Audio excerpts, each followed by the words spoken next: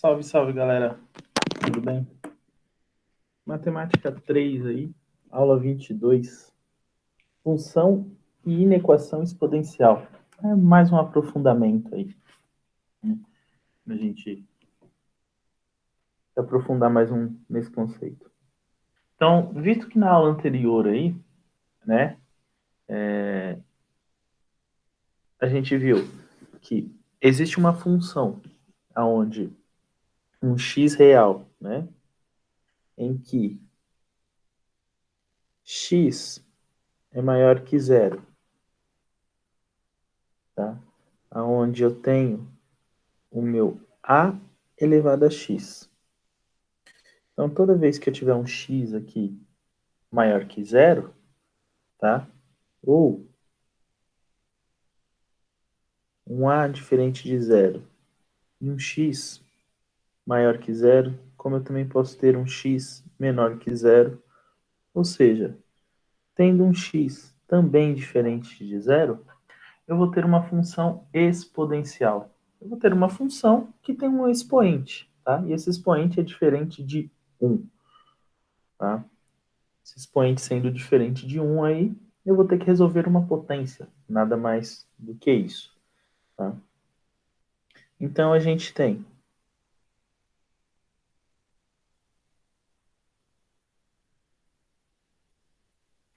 quando ela é. Nossa, ficou feio aqui, peraí, fazer uma curvinha mais bonitinha. Aí. Quando meu A é maior que 1, vou ter uma função crescente aí, esse gráfico vai para cima. E tenho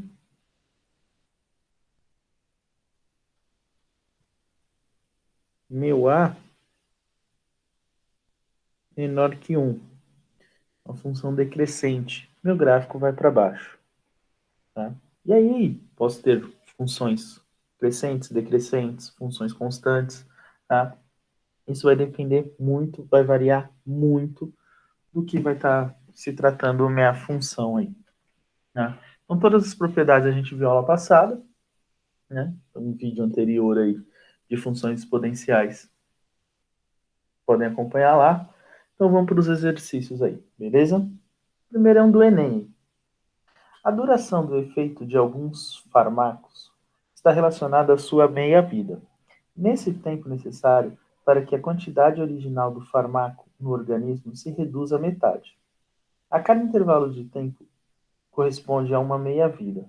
A quantidade de fármaco existe no organismo. No final do intervalo, é igual a 50% do início desse intervalo. Então, por exemplo, você toma uma dipirona de 500 miligramas, se ela tem meia-vida, sei lá, a vida dela é 2 horas, então tem 500 miligramas no seu organismo agora. Daqui a 2 horas, 250. Mais 2 horas, 125. Mais 2 horas, 162,5. E assim por diante. O gráfico a seguir representa de forma genérica o que acontece com a quantidade do fármaco no organismo humano ao longo do tempo. Então, é o que eu estou falando. Ó. Então, nesse aí, é de 1 hora de 1 hora. Né? Então, 0 horas está com 100, 1 hora 50, 2 horas 25, 12,5 e assim por diante. Então, esse gráfico aí está fazendo algo mais ou menos assim. Né? A meia-vida do antibiótico amoxicilina é de 1 hora. Assim, se uma dose desse antibiótico for injetada às 12 horas em um paciente, o percentual dessa dose que restará em seu organismo às 13 horas e 30 minutos será de aproximadamente. Então, ó, a meia-vida dele é de 1 hora, tá? Então, vamos colocar 100 miligramas para ficar mais fácil. Então, às 12 horas, tinha 100 miligramas. Às 13 horas, 50 miligramas. Metade do que ele ingeriu, certo?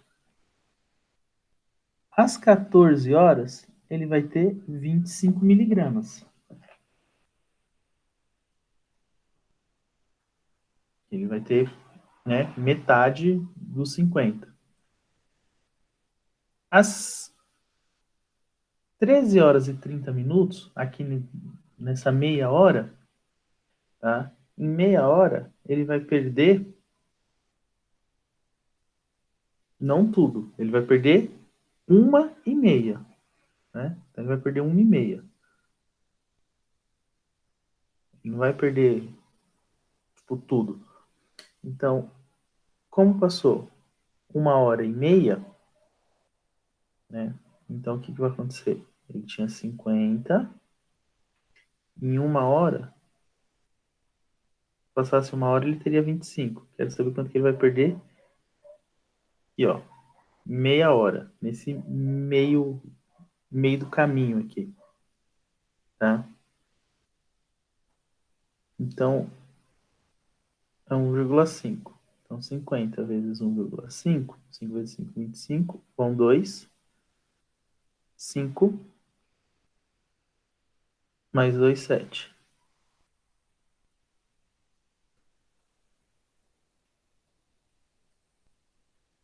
Então, ele vai perder 75%, certo? 75%.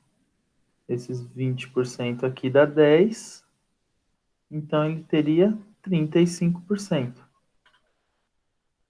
né? Os 20% aqui que vai dar 20% de 50 é 10, então ele vai 10 a mais do que em 1 hora.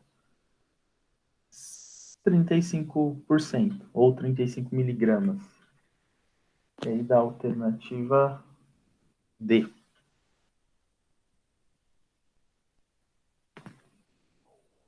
2. Tremores registrados em pouco mais de um mês. Cerca de 10% dos eventos chegaram a ser sentidos pela população. Distritos de Juá e Coité foram os mais atingidos. Em algumas casas houve rachaduras e afastamento dos telhados. O monitoramento está sendo feito. Então aí tem o gráfico aí com os epicentros. Sabes que a energia liberada em quilowatts-hora Y pelo terremoto pode ser expressa pela função y é igual a 10 elevado a 3x menos 6 sobre 2, na qual x representa a magnitude de um terremoto na escala Richter. Determine aproximadamente a energia liberada pelo terremoto ocorrido em Irasuba, no estado do Ceará. Tá? Então eu tenho a função y é igual a 10 elevado a 3x menos 6 dividido por 2. Tá? Então, essa é a fórmula que vai, né, determinar para mim aí. Em Irasubá, a magnitude x foi de 3,3. Então, y é igual a 10 elevado a 3 vezes 3,3 menos 6. Tudo isso dividido por 2. Y é igual a 10 elevado a 9,9 menos 6 dividido por 2. Y é igual a 10 elevado a 3,9 dividido por 2. Y é igual a 10 elevado a 3 dá 1, 39 dá 19,5. 1,95. Então, 1,95, y é igual a 10 elevado a 1,95. Vou arredondar para 2. Y é igual a 100. É 1,95, quase 2. Então, dá 100. Então, alternativa A. Então, foi de 100 kW aí.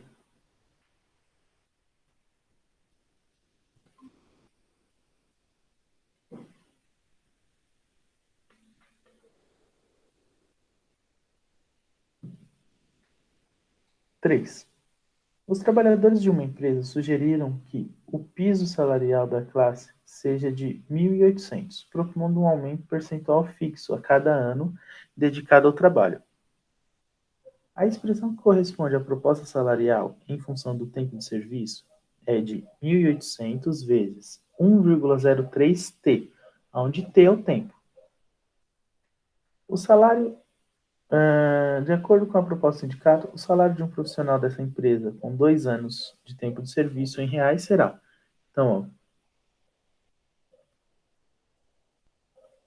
o salário, de acordo com o tempo, é 1.800 vezes 1,03 elevado a 2. Ele fala em 2 anos de serviço. O salário aí, de acordo com o tempo, será 1.800 vezes...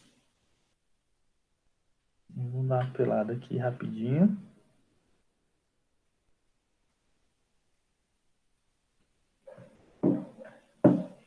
1.800 vezes 1,03 vezes 1,03. Então aí, ó, R$ 1.909,62.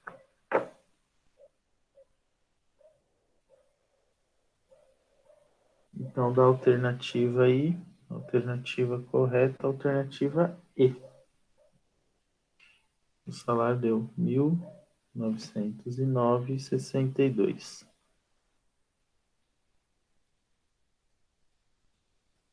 Alternativa E. E a 4 é mais uma do Enem aí. Um trabalhador possui um cartão de crédito em que em determinado mês apresenta um saldo devedor a pagar no vencimento do cartão, mas não contém parcelamentos e acrescentar nas próximas faturas. Nesse mesmo mês, o trabalhador é demitido. Durante o período de desemprego, o trabalhador deixa de utilizar o cartão de crédito e também não tem como pagar as faturas, nem a atual nem as próximas, mesmo sabendo que a cada mês incidirão taxas e juros e encargos por conta do não pagamento da dívida. Ao conseguir um novo emprego, já contemplados 6 meses do não pagamento das faturas, o trabalhador procura renegociar a sua dívida. O gráfico a seguir mostra a evolução do saldo devedor. Então, ó, era 500, no sexto mês é 1.050, tá? Então, ó, passou para no segundo mês, no primeiro mês de não pagamento, uns 530, aí depois para 670, 725, 825, 925 aproximadamente aí, né? Porque não tem o valor. E aí no último mês aí, no sexto mês, aproximadamente 1.050, uns 1.040, que a gente não tem o valor exato aí, né? Com base no gráfico, é possível constatar que o saldo devedor inicial, a parcela mensal e os juros e a taxa de juros são, tá? Então, esse é 4, né? Então, no gráfico é possível que o valor... Eu sei que o valor inicial é 500. Tá? Então, 500. E aí ele fala, né, de juros que eu tenho um tempo de 6 meses. Tem um tempo de 6 meses. Então, eu preciso saber a taxa de juros. Tá? A taxa de juros aí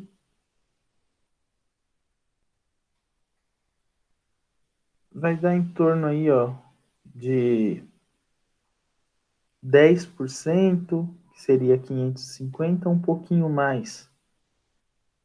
Tá? Então, um pouquinho mais aí de 10%. Né? Porque era 500, passou para 500 e um pouco mais de 550. Então, a taxa é 500 e os juros aí tem que ser maior que 10% os juros. Então, na A, 500 constante e inferior a 10%, não, a gente sabe que é mais.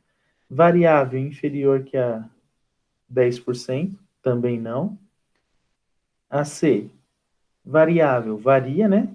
Que não fica em 500. E superior a 10%. Então, tá certo. Eu sei que é mais de 10%, eu não sei quanto. E os 500 que ele tinha, que era a dívida inicial, tá? Então, a alternativa certa, a alternativa C, tá? Professor, por que não a D? Porque a taxa inicial dele é de 500, não de 560.